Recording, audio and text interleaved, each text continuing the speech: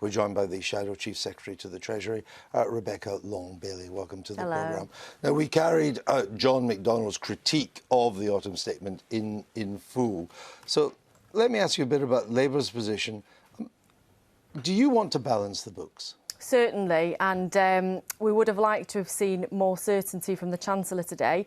He's obviously abandoned George Osborne's surplus rule, which we thought was inachievable, but he hasn't really given us a date in terms of bringing the deficit down. But when would you balance the books? Well, we've got a fiscal credibility rule where we'd bring it down on a 5-year rolling period, but we'd also separate. The way George Osborne used to couple capital expenditure with public spending, we would separate that, so you would never have to borrow in terms of public spending. That would come out of your tax receipts, and that's responsible to do that. In terms of your capital expenditure, this would be kept separately so that you could borrow to invest in the way that Philip Hammond has suggested today.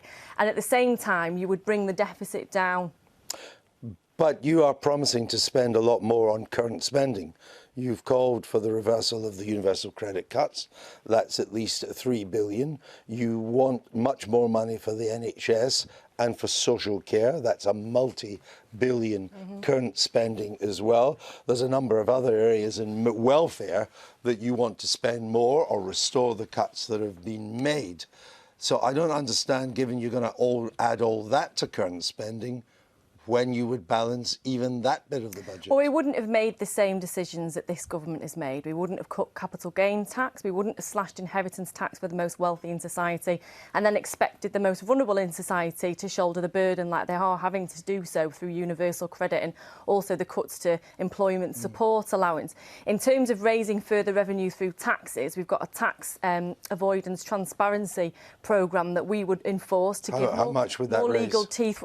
Well, I mean, £5 billion is what the government intends to recoup. But, I mean, pundits outside of government estimate anything between 70 to 135 billion going out of the country in terms of tax avoidance. But what we're concerned about... But how much would you hope to get? What we're concerned about, well, we'd have to examine that. The problem that we've got at the moment is that the government is scaling back on the resources it has within HMRC. It's cutting the number of offices it's got. It's cutting the number of employees in each department. So in order to try and get an accurate vision of how much money we're actually losing per year, the government doesn't even have those resources itself, so we would make sure that HMRC was adequately resourced. Now, the third point in terms of increasing your tax revenue is ensuring that we get our productivity levels up. The OBR report today, you know, had horrific productivity predictions yet again. The Chancellor referred to in his speech the fact that he appreciated that there was a productivity problem. So something isn't going well for this government. They're not investing in industry, they're not investing in infrastructure, and they're not creating the high-paid, high-skilled jobs of the future that would result in future tax returns for the government. Why do you want to balance the books? Because it's fiscally responsible to do so. You can't expect to pluck money from the money tree. It's responsible for the government to invest in the future, but at the same time you should never have to borrow for your public spending. That should come through your tax. Well, what other government does it? Pardon? What other government does balance the books around the Western world? Well, there are a number of fiscal positions taken by other governments around the world. It's difficult to pinpoint particular governments who have a 0% deficit. I think it's Germany is one. Well, they've had a long-term industrial strategy, and I think as I look at Italy, I look at Italy, France, Spain, the United States. They're not planning to balance the books. So I wondered why Labour thought it was so important. No, it's fiscally responsible to balance the books, but you can't balance the books at the expense of not investing in your future and your future infrastructure, because you have to balance the books at the same time of ensuring future productivity and future tax receipts. What would you do to raise productivity? Well, we'd invest in infrastructure on a larger scale than the Chancellor's put forward today. What he said today is certainly welcome.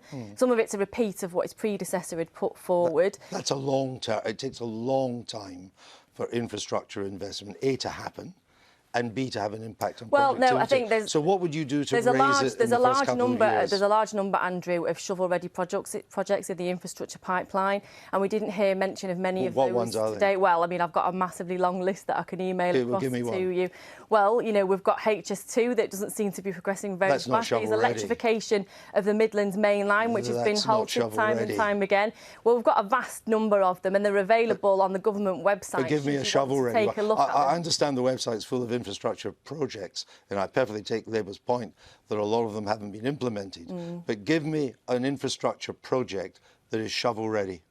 Well, Swansea Tidal Lagoon is something that the government has been pushing that would take for. years to plan. That hasn't even got planning permission yet.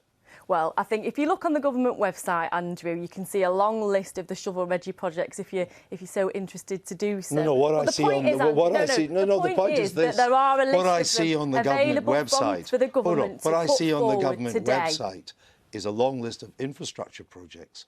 What I don't see is shovel-ready. I'll give you an example, get you to react.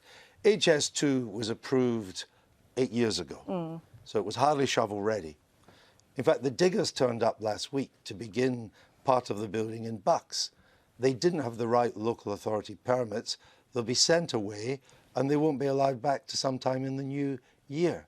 It's not shovel-ready. Well, I appreciate there are a number of local issues on particular projects and those need to be addressed as quickly as possible, but there are a number of projects that if the Chancellor did a bit of further investigation on, he would find that they were shovel-ready. And again, if you look at the government website, there is a long list of those available. You were the one that but I do appreciate that, as you said, there are some that are affected by local considerations. But the point is that the Chancellor hasn't even touched the sides in what we need to secure further productivity increases in this country. And it's not just talking about shovel-ready projects, it's about investing in skills and education. We've seen horrific cuts to education over the last few years. We are not skilling our workforce up for the future. We are not delivering the long-term prosperity this country needs.